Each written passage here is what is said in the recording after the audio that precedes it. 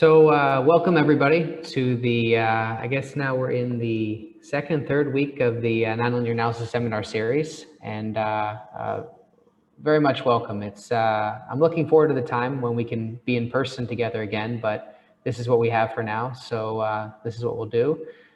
Today, it's my great pleasure to announce my friend, speaker, Lin Yixun, who will be speaking on inverse problems for semi-linear elliptic equations. So welcome. Okay, so thanks for the invitation and giving me such opportunity to share our recent study on inverse problems for some semi-linear elliptic equations. And this is joint work with Martilastas, Tony Limatana, and Micosalo. And this is my mentor in Finland when I was a postdoc in Finland. And these two are in Helsinki, University of Helsinki. Okay, so today the outline of my talk will be the first one. I want to share what is a Keton problem. Maybe some of you are not inverse problem guys. So inverse problem, the most fundamental inverse problem is called a Keton problem, and you will see what's that later. And the second part we will share what are inverse problem for semi-linear elliptic equations. Of course, you can consider hyperbolic or parabolic as well, but elliptic will be more easy to reach, because when we learn PDE or something, first we learn the stationary case, then we learn the time space-time case, right? So maybe elliptic equation will be much easier to get along with. And the last part will be the solution, how to solve the inverse problems for semi-linear elliptic equation. And the method depends on something called the higher order linearization, and then you will see what's that later. Okay, so the main goal of this talk is, if you are an inverse problem guy, you will know what is called a complex geometrical object solution in the inverse problem society. And this is quite a complicated way to construct a solution for certain elliptic equation. You need to use the WKB method to construct such solution. And this solution is very hard to use, and also in practical or numerical stuff, this solution is only good for the theoretical inverse problem proof, but it still plays the key role in the Keton problem. And this problem depends on in fact, all the PDE theory depends on something called the integration by parts, as everyone knows. First, you need to find the energy formula with formulation, and every formulation comes from nothing but the integration by parts. So as my advisor, Zhenan Wang, he said, like, once you know the integration by parts, you can solve inverse problem, that's all. So somehow inverse problem looks like easier than PDE problems. And the most interesting thing is that when we learn PDE or something, we will start from the linear case, and then we go to the nonlinear case. And most of people will think linear problems are much easier than nonlinear ones. But surprisingly, inverse problems for nonlinear equations are much easier than their linear counterparts. So in fact, nonlinearity helps to solve inverse problem. And so it's a different phenomena than the forward standard problem in the nonlinear case. And okay, so inverse problem. What are inverse problems? So this first task you need to understand. So inverse problem is people try to solve the information, try to understand how the information from indirect or incomplete data.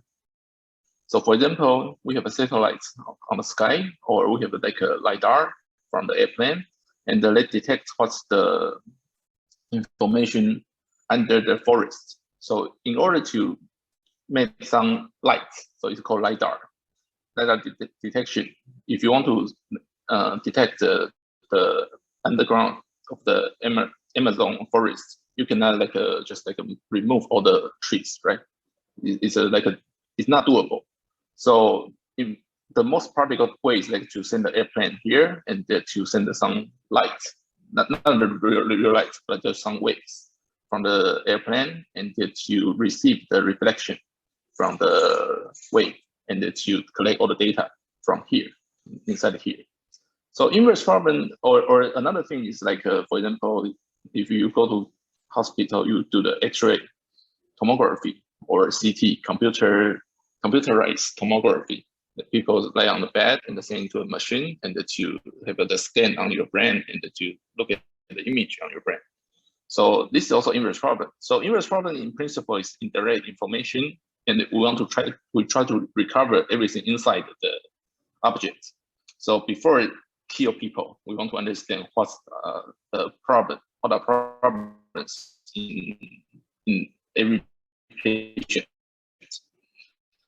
So normally, so the inverse boundary problem is we know the boundary measurements like this. We know the information from the airplane, and then we want to try to recover the interior information. So inside the forest or like a satellite here, we try to detect something in the Earth from outside of the Earth. So this is called the inverse problem, in general. Okay, and then this picture comes from the Finnish Inverse Problem Society. They made it some years ago, I think. Okay, so the most fundamental inverse problem is called the Kedan problem. So now I want to talk about the Kedan problem.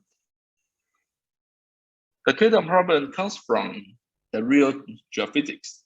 So people try to look for where is the petroleum underground. So like this here, the black part is petroleum or oil, as you say. And how to detect where is the oil? So first you put a very long wire on the ground. So like this picture, you put a long wire here, and then you have some machine you control here. So you turn on the voltage, then you can measure the currents along the wire line here.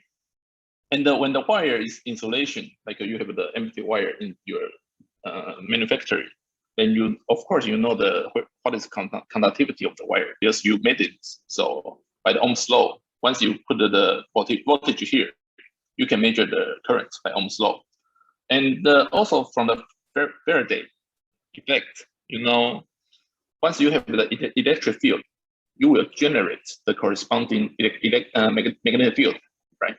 So electric field, you turn on the machine, give it the voltage here, so you can measure the currents. But still, in the same time, there is a magnetic field downstairs.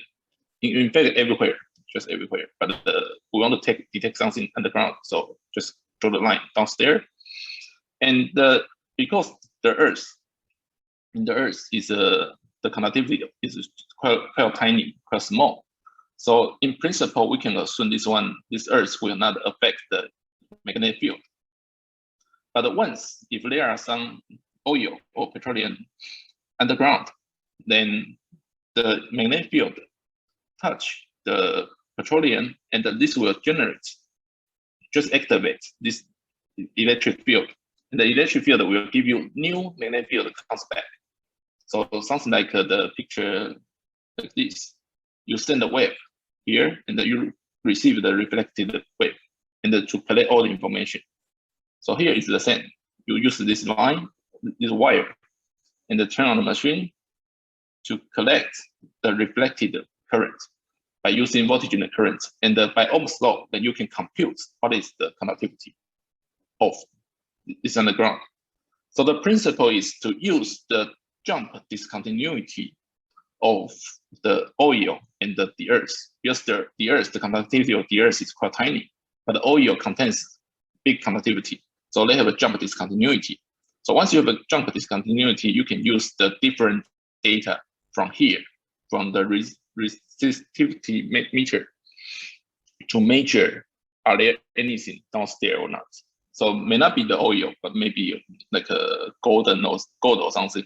But it must be something electricity, high conductivity compared to the Earth. So basically on this idea, people can find where is the petroleum. So once you find the x-axis petroleum, maybe like this, then you just go down. Then to detect where is that, then you just do the pipe inside and use the water to make oil appear. So this is a very practical problem in the reality in geophysics. And because this problem was first formulated by the Kedan Kedron is he's a mathematician, and his advisor is Ligman. If you learn real analysis, you must read his books, right? So also in PD theory, Kedron-Ligman decomposition. And his contribution in the inverse problem based on three things. One thing is he gave the mathematical formulation of the Kedron problem. And the second thing is he found the solution of the linearized Kedron problem. And the last thing is this solution, the solution of the linearized problem is called the exponential solution. You will see why it's that. And the method is quite clever. Okay. So what is the Kedron problem? And he was, oh, sorry, I want to say is the mathematical formulation is based on the looking for the petroleum. Because before Kedron became a mathematician, he was working in the oil company, and he really tries to find where is the oil. So his motivation from here. So he realized he needed something related to conductivity, related to electricity. So he used the model of the conductivity equation. So this is the equation from, where is the equation from? So he proposed the conductivity equation like this way. So conductivity equation is nothing but just the second order elliptic equation, divergent gamma gradient u equal to 0 in omega. So gamma is the conductivity, and the u equal to f on the boundary omega. This is nothing but just second order elliptic equation. So everyone knows if gamma is given, and you want to prove the well-posedness, the only way you just multiply with a phi and then do the integration by parts, and write as a bilinear form, and you use the Lax-Milgram to prove the coercivity and the boundedness. Then Lax-Milgram will make sure that you can find a unique solution if you give one f in H1 half. So this is a standard elliptic theory. And due to this second order elliptic equation, we assume omega to be a bounded Lipschitz domain. And in the practical scenario, we always assume dimension is either 2 or 3. But of course, in the mathematical interest, you can assume all the dimensions. It doesn't matter that much. And for the convenience, we assume gamma, this conductivity coefficient, gamma x, is C2 omega. And also, gamma is a positive scalar function. It's not matrix value, just a scalar function. And it's positive because for the ellipticity. And also, this is the conductivity. So conductivity is a sign condition here. So it's a nature model for the conductivity equation. As I said before, if you have a gamma, you know gamma a priori, and you give one f, then you can resolve u uniquely by using Lax-Milgram if gamma is a positive here. So once you give one u, once you give one f on the boundary, you solve the corresponding u in the omega, then you can compute the Neumann data on the boundary. So this map is well defined because once you give one f, then you resolve the u, just one u, give one u, and then this one u will give you the unique Neumann data here. So this map, given one f, you can find only one corresponding Neumann data. So from this equation, you can see the uniqueness or well-definedness of the Dirichlet to Neumann map. So from the Dirichlet data f on the boundary to the Neumann data on the boundary. So Dirichlet to Neumann map. And then for the forward problem, gamma is given and the f is given. You are trying to solve the u. This is for the forward problem, standard PD problem, and then everyone knows how to solve theoretically because you only know the Lax-Milgram. There exists a unique solution. That's all. But you cannot. Almost impossible to write the solution u explicitly.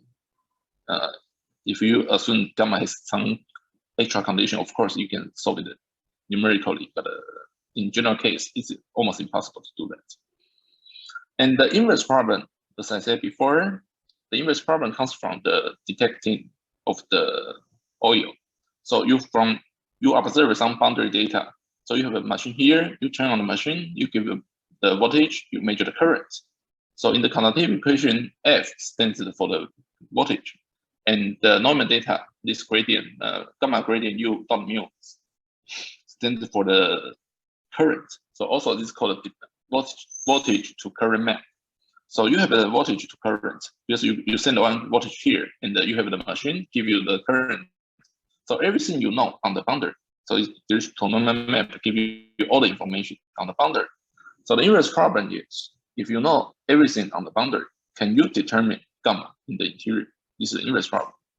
And of course, in the mathematical aspect, the derivation to Nonlinear map, this gamma is from h1 half to h-1 half, because you give one f in h1 half, then you can solve it u in the h1, and the gradient u will be L2, then trace will give you h1.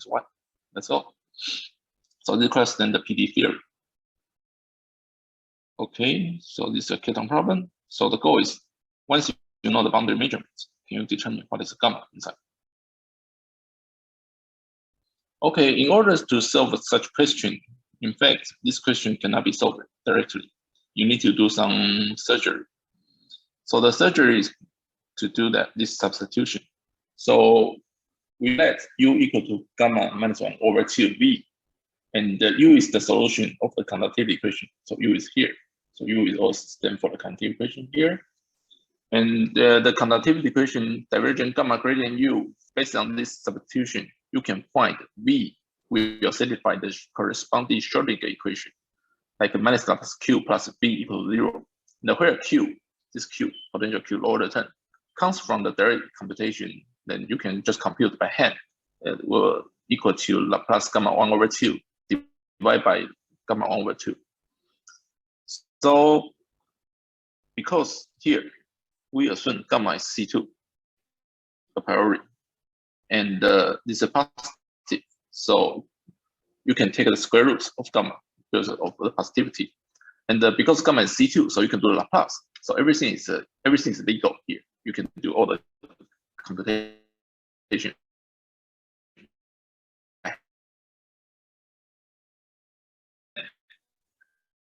And the classical, this still will be domain is just a bounded, right? So this is just a bounded function.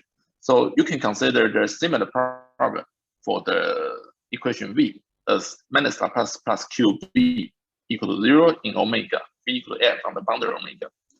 And this one, because minus Laplace in the bounded domain, it has a discrete spectrum. So the dirichlet eigenvalue is a discrete. So you need to assume 0 is not the dirichlet eigenvalue of the minus Laplace plus q here. So due to this assumption, then by the Well-Posness again, given one f on the boundary, you can find the partial mu v on the boundary, because you give one f and you solve the uniquely, and you can compute the not value of the minus q. And the inverse problem to Nonlinear map on the boundary, then can you determine q here? This will become the new inverse problem. Okay, so if this inverse problem has a positive answer, so which means you determine q uniquely, which means this term, the red part, q equal to Laplace gamma 1 over 2 over gamma 1 over 2 is unique function. So this is just unique value. And combined with something called the boundary determination, I didn't write here, but if you have a lambda gamma, you know the lambda gamma on the boundary, you can determine gamma on the boundary a priori. This is called the boundary determination. But you want to determine gamma in the interior, this will be a very big task. It's a different level problem. But the boundary determination are always easy.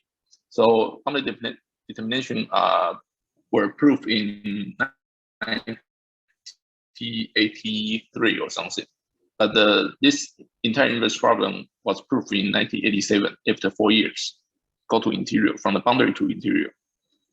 And if Q is given, if Q is determined, and based on the boundary determination, you know the gamma on the boundary. So you can regard this equation as the conductivity of the Schrodinger equation of the conductivity.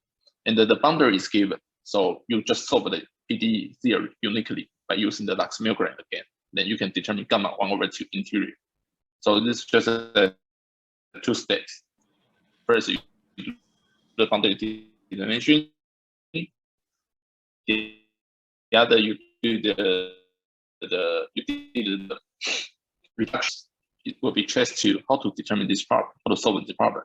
Given lambda q on the boundary, So lambda q is from f to the partial mu v on the boundary. How do you determine q? And then, in fact, this problem is not simple as we thought before. But as I said before, in order to solve all the inverse problem, everything comes from integration by parts. Also, most of PD theory comes from here.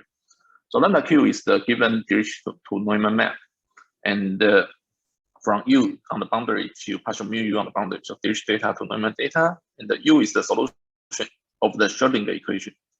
So if you have a two potential, lambda q1, lambda q2, and here is q1, q2, and the u1, u2, well, you just add a subindex on the equation.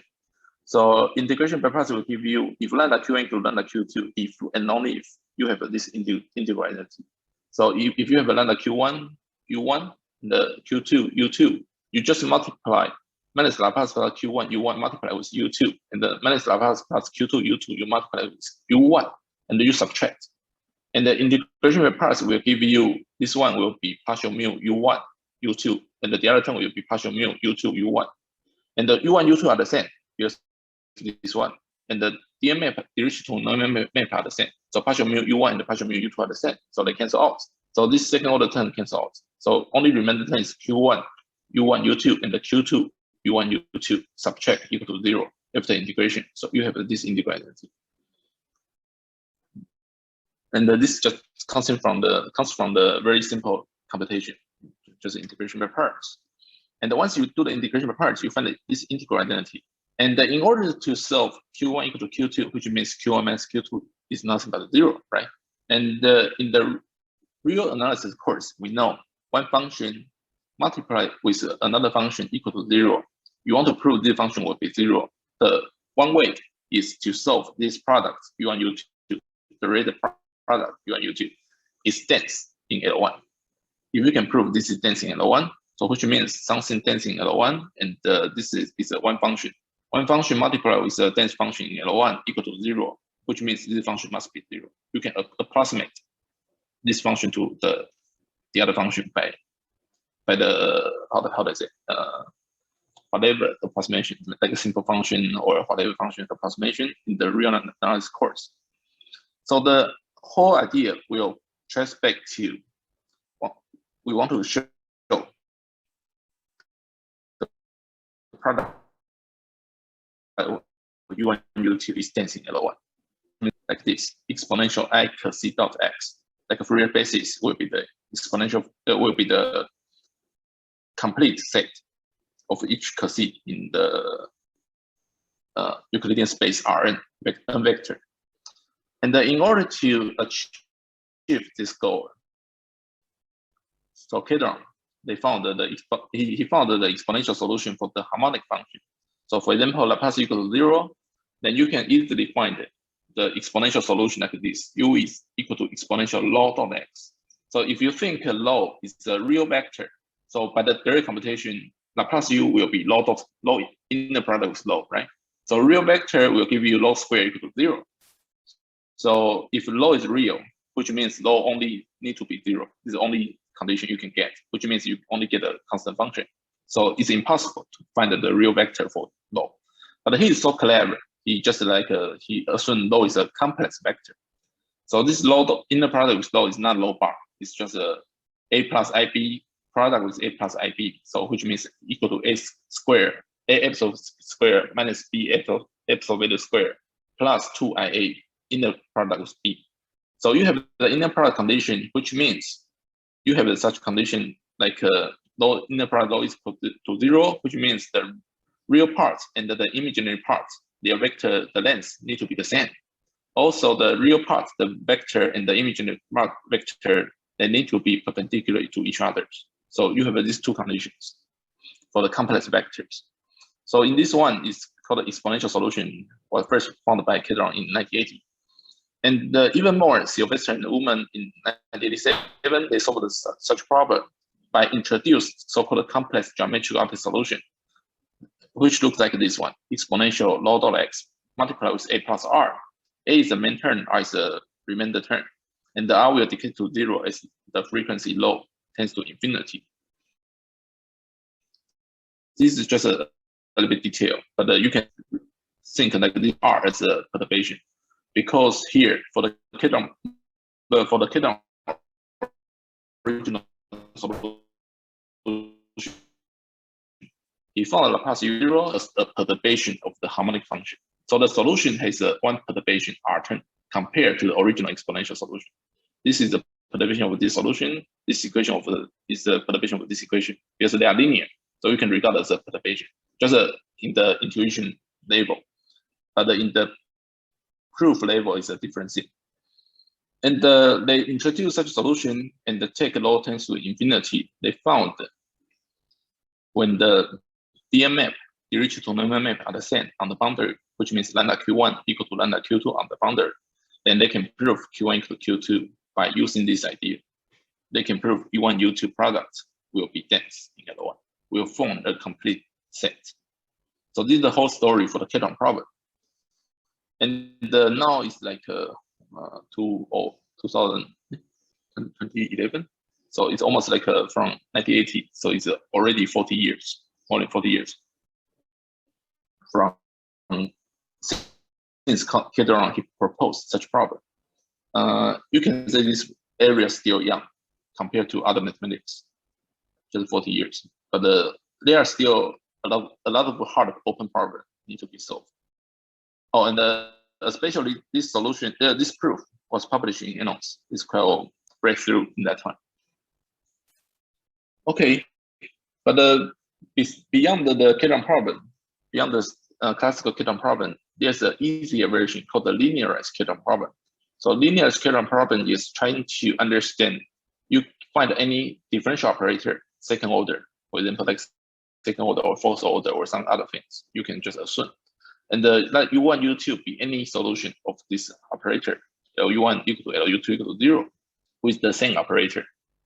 But assume you have this identity, integral omega f U1, U2 equal to 0.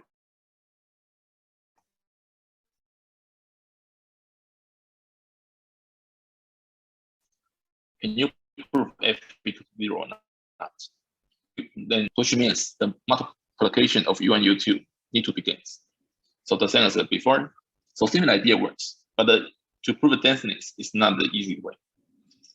So this is called a linear Kedron problem. You just find some solution and the product will be dense. So in the Euclidean case, there are so many different operators studied like this one.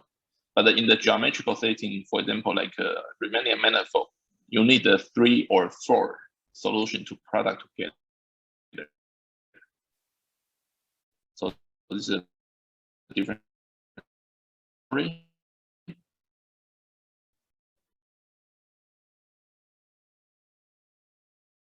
Okay.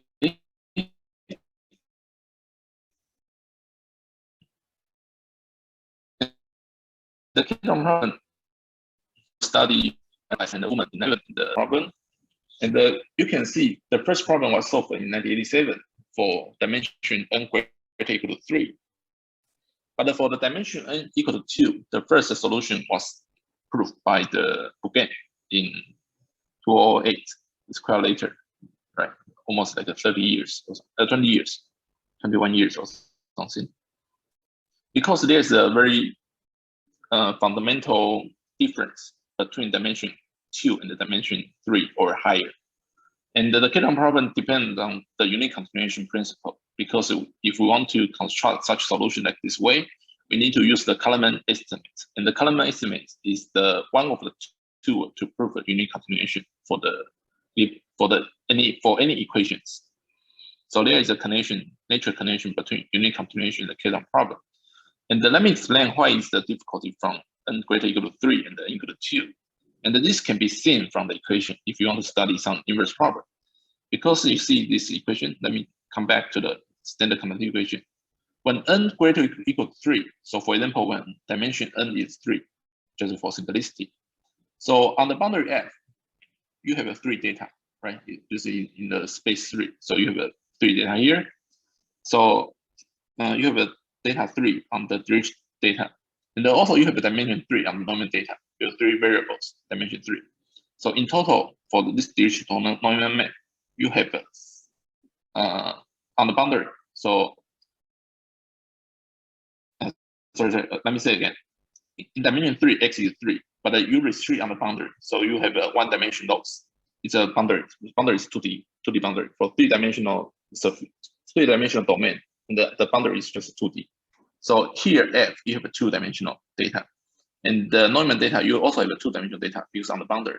So in total, you have a four-dimensional data on the digital Neumann map, and then you are trying to recover three-dimensional information because gamma of x in the 3D. So you have a four data to reconstruct the information in three-dimensional data. So dimension higher will make your problem easier. But on the other hand, when dimension is 2, when n equal to 2, so omega is dimension 2, boundary omega is dimension 1. So digital data give you one dimension. Neumann data give you one dimension. So digital Neumann map give you in total 2 dimensions. But you want to recover two-dimensional variable. So this is a formal determination problem. So it's quite hard. So this is the natural reason why three-dimensional appear much earlier than the two-dimensional case, because the two-dimensional problem is formal determined inverse problem. Okay. And the different aspects from the inverse problem is we can separate the uniqueness, stability, and the reconstruction. So uniqueness means you have a two DM map, lambda Q1, lambda Q2, and they are the same on the boundary. Can you prove Q1 equal to Q2? And the stability is lambda Q1 is not the same as lambda Q2, but they are close. Can you prove Q1 is close to Q2? And the reconstruction is given one lambda Q. You try to reconstruct the Q explicitly. And from the reconstruction, you can do the numerical. And after numerical, you can do the application like computerized tomography, electric impedance tomography, or image deep learning, invisible plugin, shape reconstruction. And so many different applications as the first picture, the Earth and the satellites flights showed before. So all the problems can be considered as an inverse problem. You can introduce different model, different technique to solve such problems and into the application field. And I want to mention one more sentence is for this inverse problem, if you change this conductivity equation to a second order linear elasticity equation, the problem is still open without assuming other conditional coefficient. And this is also a very challenging problem. If you are interested, you can think, but I think it is super, super hard. Okay, so I finished my first part. So the second part is our recent study on the semi-linear equation for the inverse problems. And the semi-linear equation comes from the intuition, comes from the motivation from this one. If we given a boundary domain, smooth domain, the smoothness of domain is not too important, but just for the simplicity and the convenience, we just assume domain is smooth enough from the boundary. And if you consider the reaction diffusion equation, partial TW minus Laplace W equal to XW. So this is a semi-linear parabolic equation, right? So this is a equation, this is semi-linear. And this equation can be used to model for the chemical reaction, population density, or Turing pattern or pattern formation. So, for example, Fisher-Kolmogorov or logistic equation, when the AXW equal to some coefficient multiplied with W squared for the quadratic nonlinearity. And this one is for the cubic nonlinearity. So XW equal to some coefficient C of X multiplied with W power 3. Also, combustion is exponential W. So different nonlinearity give you different phenomena here. And as I said before, because we want to study the elliptic case, so the stationary solution will become WXT, which means WXT is independent of T, so just stationary. So time will not affect. Then you plug in WXT equal to U of X into the equation here. So this term disappear, partial TW disappear, and you move this term to the right hand side. And you can find the solution U, satisfy Laplace U plus X equal to 0 in omega, and the U equal to F on the boundary omega. This is quite similar to the problem I told before for the second order elliptic equation, but now the lower order coefficient is nonlinear. So this is called a semi-linear equation. And this problem is related to maintaining the temperature. So because the U of X is independent of the time. So the concentration of the population along with the boundary. Then the boundary measurement is given by the same way, f to partial mu u on the boundary. So also DMF for derived data to normal data on the boundary. And the well-posedness of this equation can you can check so many different literature with different condition on the AXU. And the most easy way is if you assume AX0 equals 0. So like U equal to 0, F equal to 0 will be the trivial solution for this equation. Then you just use the implicit function theorem around U. So which means if you have AX0 equals 0, then you can assume F is quite small, then you can find a unique solution by using the implicit function theorem in the functional analysis. Okay, so due to this condition, we can study the inverse problem for this semi-linear elliptic equation. Try to recover what is AXU by using the Dirichlet to Neumann map here. And of course, this problem was studied a long time ago. So consider semi-linear elliptic equation Laplace U plus XU equals 0 in omega. And under this condition, x0 equals to 0. So as I said before, when x0 equals to 0, you pose f equals to 0. So u equal to 0, Laplace 0 plus x0 equal to 0 will be 0. U equal to 0, satisfy all the equation. So this 0 will be the trivial solution. Then you can use the apply the implicit function theory to prove there is unique solution when the f is near by 0. And the inverse problem was proved under such condition, partial u x u less equal to 0. And then this is one of the reason because of the, if you linearize this equation, so just do the partial u, so Laplace partial u equal to partial u x u v equal to 0. So it will be first linear relation equation. And then you have this sign condition, which gives you the linearized equation has maximum principle, right? Because if you write the v equal to partial mu u, then you do the first linearization, you have a Laplace v plus this coefficient multiplied with v equal to 0. And the lower the coefficient has sign condition negative for this one. So the linear equation has a maximum principle. So you can compare, once you have a maximum principle, which means you have a comparison principle, then you can compare the solution from the linear to nonlinear one by using Pucci maximum principle or like a viscosity solution that's already introduced. So once you have a sign condition, the problem will become easier to do by using the maximum principle. So in the earlier work, Isakov, Hyung-Bae, Gena Nakamura, Dickson, and the Gunther Woman, they proved some different semi-linear equation under these two conditions by using the maximum principle to approximate. And not recently, in 2014, Kurlev, Matilasas, Gunther Woman, Yuan Wang, they studied some inverse problem for the space-time hyperbolic equation, not an elliptic one. And they introduce some new method to solve the hyperbolic equation. And here, what's new? So if there are so many different literature already study such problems, study similar problem here. So the new part is we can get rid of this equation, this condition. We don't need to use any maximum principle. We just introduce a new method, and this method will reduce all the equation become much easier way.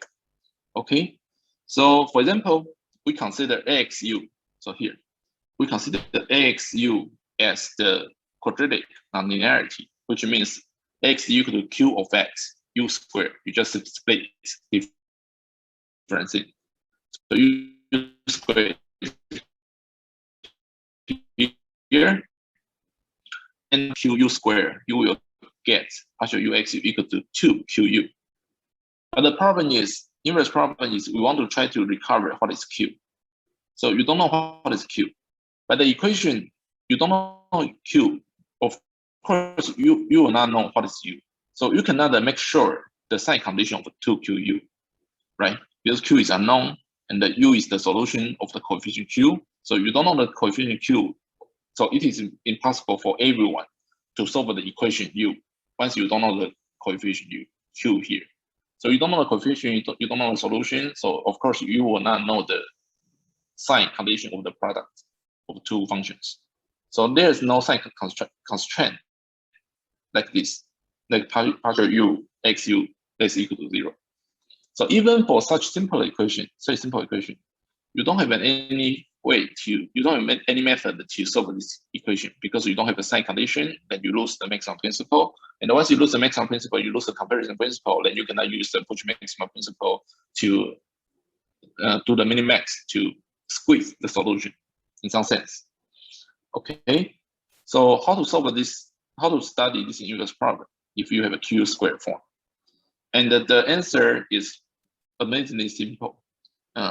This paper we submitted in 2019, May or something, but it published recently, January. It is published in JMPA. So the theorem states that this way: if you have a Qj, the coefficient Q here, you just replace it as a coefficient Qj, and the lambda Qj be the DMF of this one, Laplace U plus Qj U squared equal to 0. And you have a lambda Q1F equal to lambda Q2F for any sufficient small boundary data. And the small condition comes from the implicit function theorem, as I said before. Then you can prove Q1 equal to Q2. And the regularity of Q is not important. And also, this proof didn't need to use the so-called complex geometrical object solution, like the exponential log of x multiplied with a plus r, as I introduced before. We don't need to use such solution like this way. Let me show where this one. We don't need to use such solution like this red one. We just have a very simple proof for the equation for this theorem. So just change the linear to the nonlinear U squared, and the solution will become much easier. So how to prove this one? And another partial data Caron problem for the semi-linear.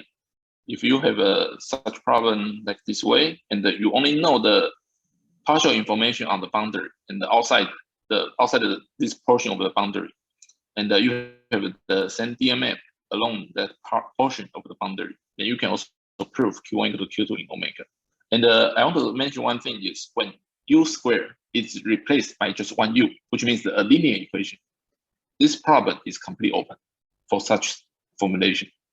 But for the nonlinear equation, this problem is solved. And the partial data is much more important in the inverse problem. Because for example, if you have a tree and you want to measure the tree, like the tree is healthy or not, you cannot get the full data. Because if the tree is too big, you cannot go too high to measure the data on the boundary. Also, the tree has roots underground. So of course you cannot just take the tree out. So you cannot measure the boundary of the roots. So partial data is a much more practical scenario for the inverse problem. And the partial data is much more important in the inverse problem application. But this one, if U squared is replaced by U, this problem is completely open. And my advice, my mentor say, if someone can solve such problem, you can just submit the paper to NOS, then they will accept for sure. Yeah, just like a NOS level problem for the partial data case. For the linear equation, not for nonlinear. Nonlinear is much easier. So it's a very interesting thing. Like in the forward problem, if you have one direction forward problem, so nonlinear is hard, but inverse problem is the other direction around. So nonlinear is easy. So different intuition in some sense. Okay, so this is the third part. The solution is based on so-called higher order linearization. So for this second order, Laplace U plus QU squared equals 0. And here's 2. So we introduce the boundary data F. Boundary data need to be small. So we introduce the boundary data contains 2 small parameters, epsilon 1 and epsilon 2.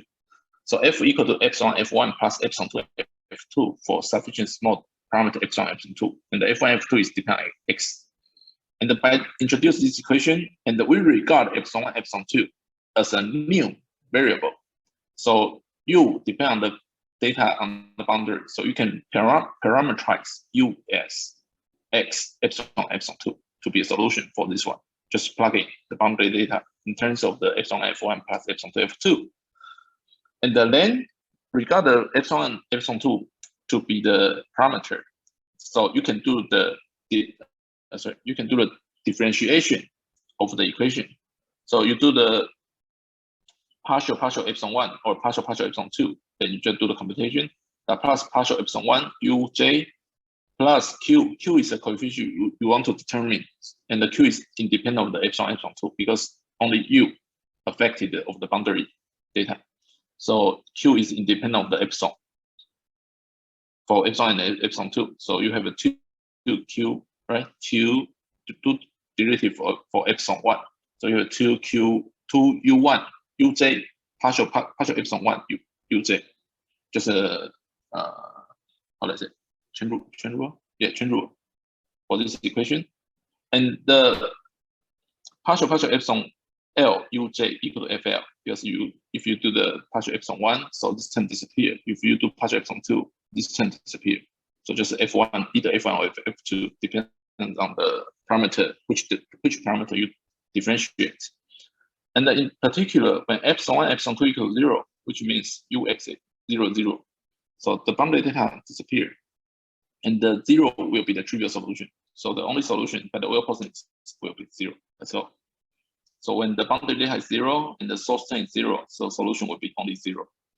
So this information quite important because if you plug in epsilon 2 equals 0 in the equation here, you just plug in epsilon 2 after derivative, then you will find this term just disappear.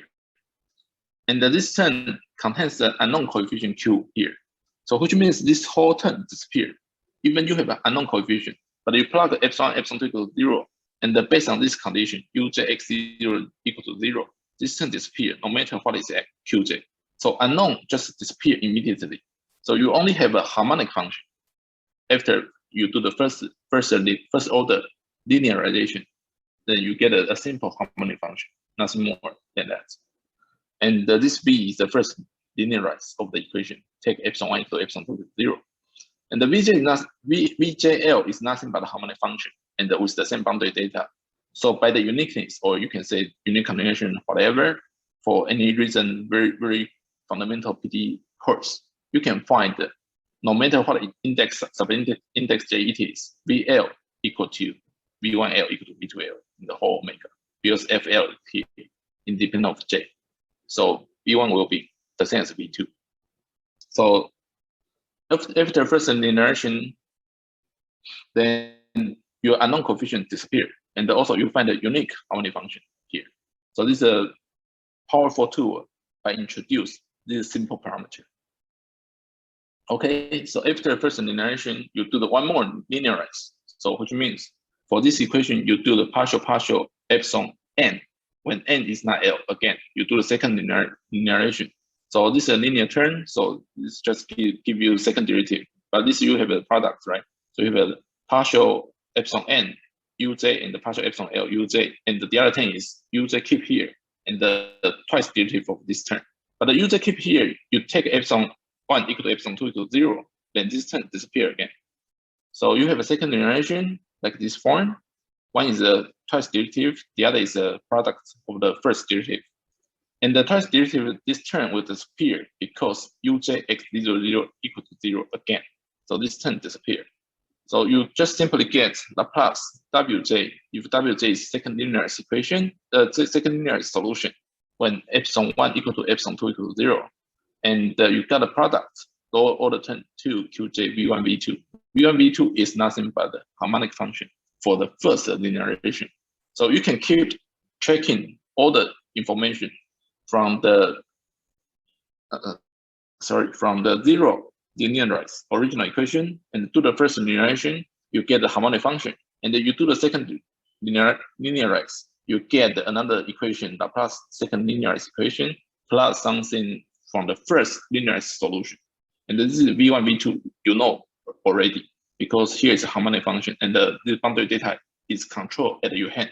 So of course you just solve this equation by PD field. So you have all the information for the harmonic function here. So the only unknown is wj and the qj, and they are separate. For the standard Keton problem, for the standard, let me show you again. For the standard Keton problem here, so here. your unknown Q and the V, they are combined together. They just multiplication together.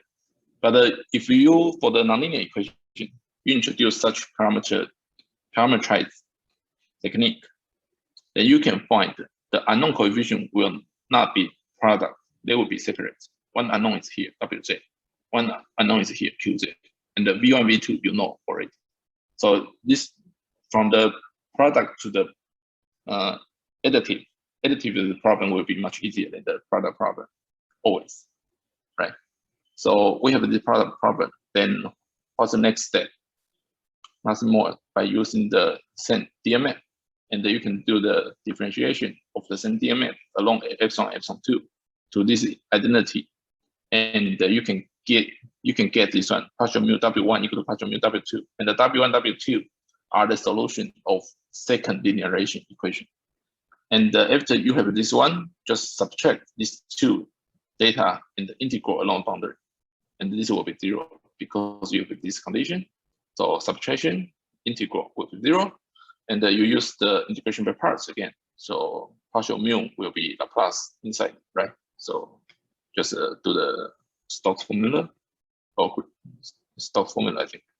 And this Laplace W1 is the solution of this one, minus 2 Q1 V1 V2. And the Laplace W2 equal to minus 2 Q2 V1 V2. So you have this equation, just plug in all the equation inside. Laplace W1 equal to minus 2 Q1 V1 V2. Laplace W2 equal to minus 2 Q2 V1 V2. And the V1 V2 are the same, just take out. Then you have this integral identity, Q1 minus Q2 V1 V2 equal to 0. So what's this integral identity? It looks like the integral identity I showed you before. One function and the product is two product solutions. So this is the standard formulation for the inverse problem. Always end up with this one. And the V1, V2 are harmonic functions. So harmonic functions, then we can adapt the Cadron exponential solution just like this way. V1 equal to exponential k plus I cos c dot x, very explicit form. V2 equal to exponential minus k plus I cos c dot x. So they product together, k and the minus k, they cancel out. Just have a 2 I cos c dot x. So which means we have integral omega q1 minus q2 exponential 2I cos c dot x here. So equal to 0. So what's this? This is the Fourier transform of the frequency to cos c of q1 minus q2. And the cos c is arbitrary. So the Fourier transform of a function is 0 for all frequency. The only possibility is the function must be 0. So come back to the very beginning Fourier analysis, or whatever you want to say, real analysis or something. But all the two, just for the graduate school, maybe first year or second year graduate school, they can solve once you introduce the right parameter and the right exponential solution here. So everything can be traced to the very elementary mathematics, not too hard mathematics. And here is we don't need to use the complex geometrical opposite solution here, because nonlinearity for the equation is beneficial to solve the nonlinear inverse problem. And furthermore, we can do the reconstruction. And the reconstruction formula is super simple because we do the second linearize of the DMF.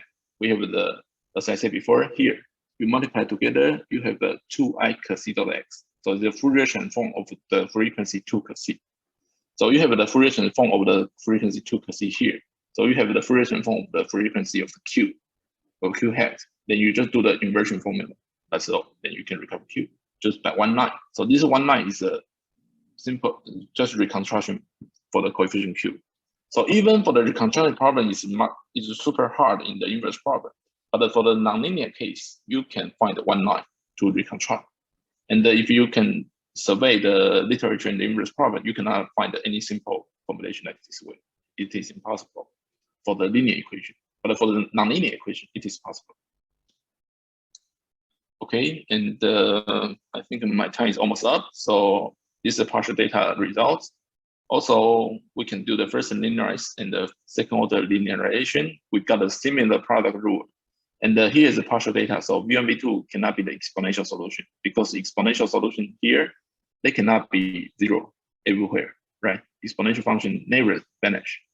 But for the partial data case, is we need to ask the harmonic function vanish somewhere along the boundary portion. So this solution product cannot be the exponential function. You cannot plug in the exponential function here. So in terms of to do the lab, we need to apply one result from those and those are very close Koenig and the Sjostrom and Woman. Their results, they prove if you have a product of harmonic function and a vanish on a closed proper subset along the boundary, then their product is dancing at 1 for any dimension and greater than 2. So we just apply these results. But the proof of these results is quite hard. You need to do a lot of Fourier analysis technique and use something called the Homemander decomposition. Because Sjostrom, he was a student of Lars Homemander, so he knows he knows all the technique from Homemander, and he just used his advisor technique to prove such property. Okay, and now it's a conclusion. So the approach only use the product of all harmonic functions in different forms because we just use the Laplace U plus QU square. So of course you can consider Maxwell equation or elasticity equation. You just find the product of some functions, and if you have a denseness, then you can solve the inverse problem. And for the nonlinear equation, the reconstruction formula is simple, and we also prove the stability, of course, and also logarithm. And some open problems of the inverse problem is still open in the linear case, but it can be solved easier in the nonlinear and the non-local case. Non-local means fractional Laplacian. And the nonlinear and the non-local, in fact, they are benefits to solve inverse problem. So as I said before, four problem is one direction. So you think a nonlinear problem, non-local problem are hard in this direction. So inverse problem intuitively will be easier because it's in other way. Okay, so thank you for your attention.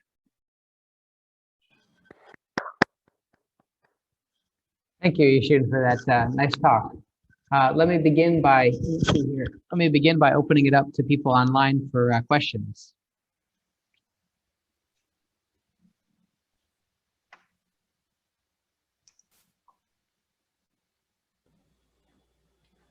So I have one question. Yeah, please. Yeah, my name is Isozaki. I hope you remember me. But yes. Thank you, Ben. It's a very nice talk. It's very interesting. And you consider the case of the nonlinearity is w to the power 2, w squared. How about the other cases for w cube or e to some exponent w? You have some. Yeah.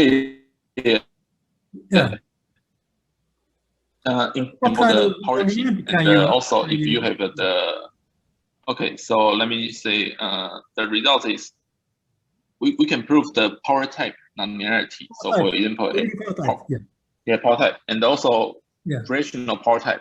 So if you have a q of x u to the power r is the fractional number. It's a recent work with Miko and Tony. U to the power r. Yeah, and the r is a fractional number, not an integer. Rational number. Oh, all right. No, not rational number. I mean, irrational is okay. Just a non-integer number. Non-integer. Oh, okay. Yeah. It's okay.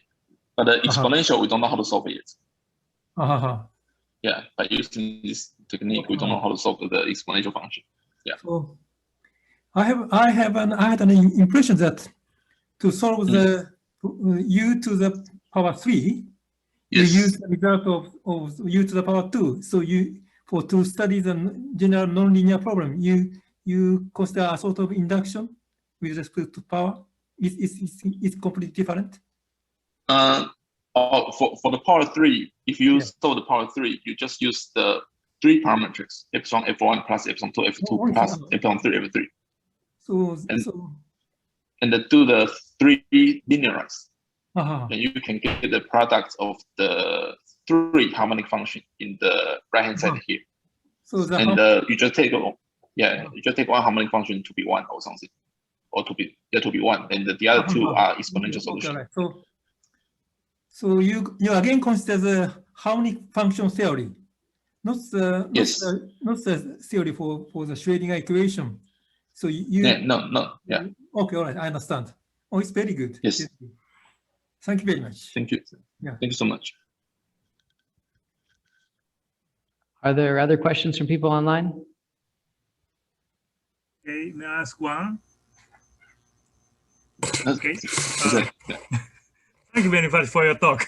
I have a question about the function a of x, y, x and u. Okay. In your talk, you consider a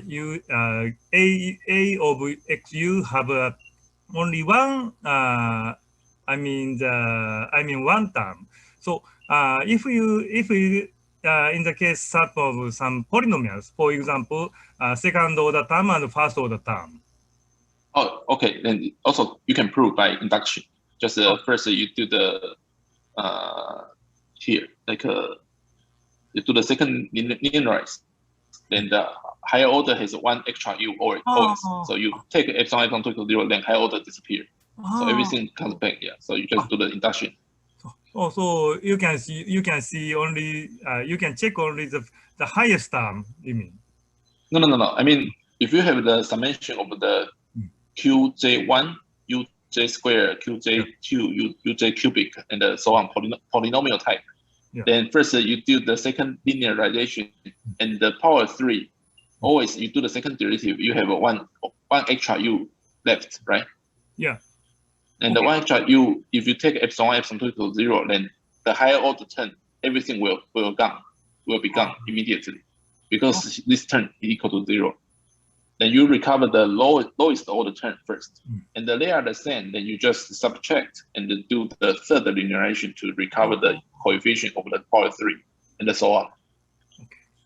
Well, so you can prove all the polynomial type. Okay, I understand. Also, I have a question for such another nonlinearity. For example, some that have some not a polynomial, but some elementary function. For example, sine or yeah. I don't know. Okay. We didn't try. Yes. Yes. Oh, thank you very much. Thank you. Thank you.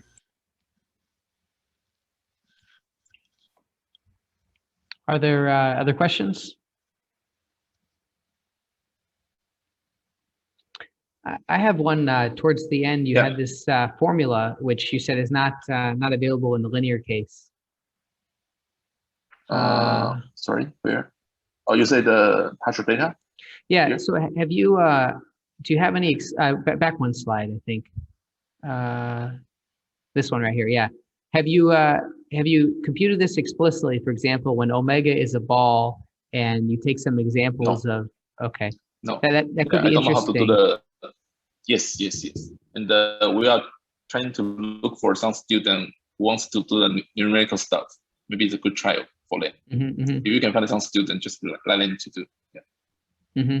Because this is the Fourier transform of Q is explicitly given, and if it's a ball or if it's something, and then you think about a couple of Dirichlet and Neumann maps that you have in mind, then you could it could be interesting. Yeah. Yes, you're right. I think that this one can do the numerical.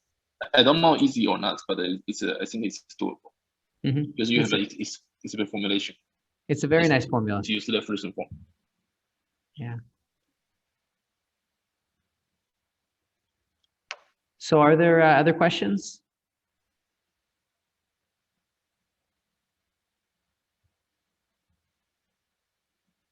If not, then we'll thank the speaker again. Thank you so much. And